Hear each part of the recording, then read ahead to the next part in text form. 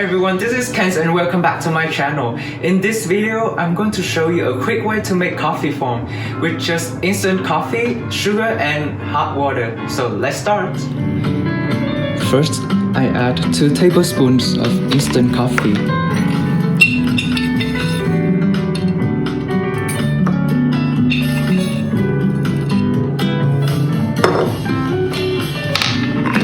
And 2 tablespoons of sugar.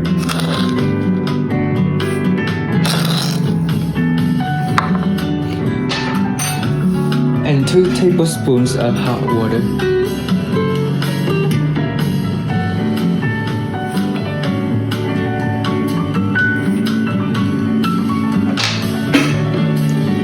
And whisk them together.